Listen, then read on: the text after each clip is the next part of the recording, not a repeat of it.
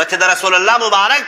صحابه د رسول الله صحابه با د رسول الله مبارک د ذات حفاظت ته کو خپل سر ته نه دی کتلی خپل مال ته نه دی کتلی خپل اولاد ته نه دی کتلی کتابونه لیکي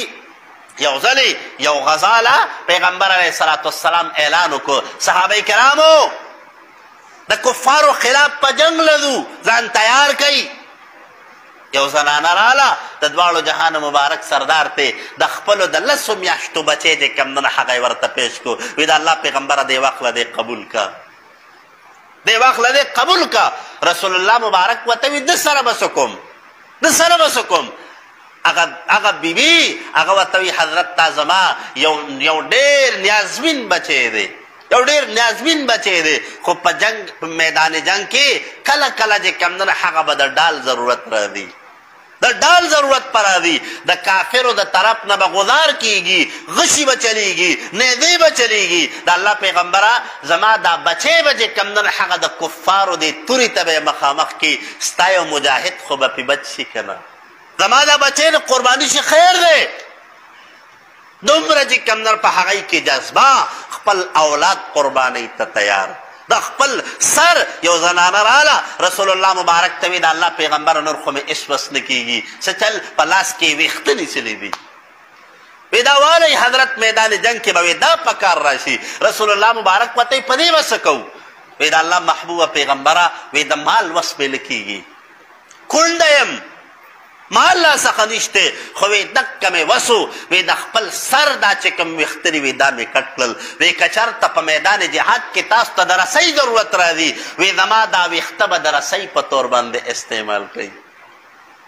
د خپل سر ویښته د خپل اولاد قرباني د خپل ځان قرباني چې کوم نه هغې ته تیار یو د منافقانو به څه وي د منافقانو د کافرانو هغوی به وي قرآن مجید په دې خبره باندې ګواه دی واذا قیل لهم آمنوا کما آمن الناس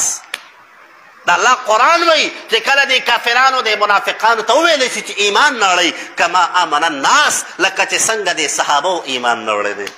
قالو انؤمن کما آمن السفهاء آیا موږ داسې ایمان نړو صحابه کرامو ته نعوذ بالله ثم معاذ الله دای ورته بیوقوفانې ورته وي حالانکې په کوم بنیاد یې ورته وي علما لیکي وایي په دې بنیاد باندې وایي دا خو څه دي دا خو وی لیوني دي د خپل سر چې کوم نه حق قربانۍ ته تیار د خپل مال قربانۍ ته تیار د خپل اولاد قربانۍ ته تیار وایي د خپل سر نه مرستو کېږي د خپل محبوب پیغمبر دفاع کوي کا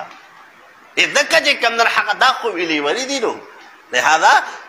ورونو ګورئ د خپل پاک محبوب پیغمبر دفاع صحابه کرامو په خپلو وینو سره کړې ده په خپلو ځانونو سره یې کړې ده په خپل اولاد سره یې کړې ده په خپل مال سره یې کړې ده لهذا نن زمونږ ستاسو په دې موجوده دور کې رسول الله مبارک ذات خو موجود نه دی خو لیکن زمونږ ستاسو دپاره د رسول الله د ناموس دفاع چې کوم ده هغه دا انتهایي ضروري ده چې مونږ تاسو د خپل پاک محبوب پیغمبر چې کوم ناموس ته د هغې دفاع وکړو او په هغې کې د چا پروا نه ساتو په هغې کې د هېڅ چا پروا نه ساتو الله تعالی دې مونږ ته په دې لږو خبرو باندې د ریک عمل کولو توفیق را نصیب کړي واخر دعوانا ان الحمد لله رب العالمین